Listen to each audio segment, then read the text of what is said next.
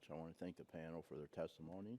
GAO has listed Medicaid as a high-risk program for more than a decade. I'm sure you know that. The IG's office in 2015 Top Management and Performance Challenge Report has Medicaid fraud, waste, and abuse listed in the #1 spot.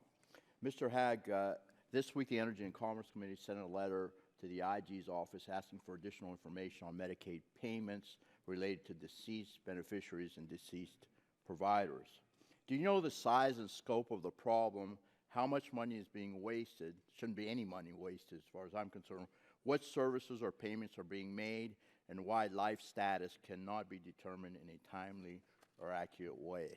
And I think it should be pretty simple, but if you could answer that question, I'd appreciate it. Yeah, I don't have an answer to the scope of the problem or the magnitude of the problem. Over the years, we've conducted various audits going back a number of years where we would identify Medicaid payments that were made for people that were deceased.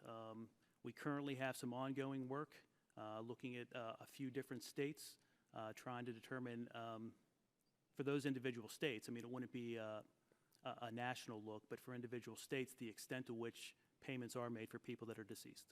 Well, why wouldn't we look at all 50 states in this case?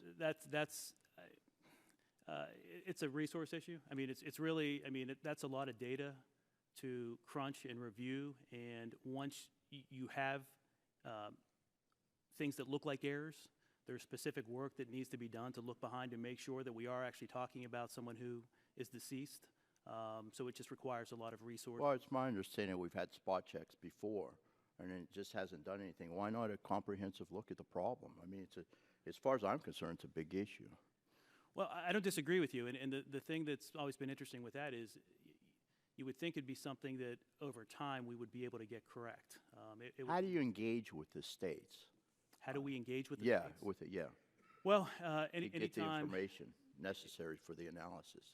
Well, just like all of our work, we try to look at areas that we believe are higher risk, areas of vulnerabilities, whether it's across states or in specific states.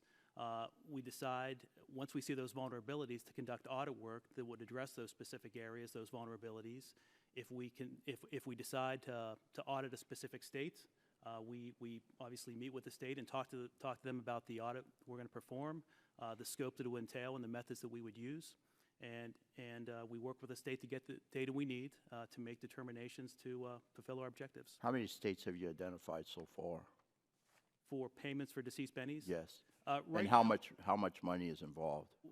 Currently, I don't know the extent of the errors. We have ongoing work in 2 or 3 states. When that work's completed, we can talk about our findings more. Right now, I don't have any findings to report because the work isn't completed. You know, I know going back years, I mean 10 years or more, there would be audits conducted by us and other groups that would find Medicaid payments for deceased bennies. I think the amounts would vary from $1 million or $2 million here or there to higher amounts like 25 million or more. Yeah, that's outrageous as far as I'm concerned.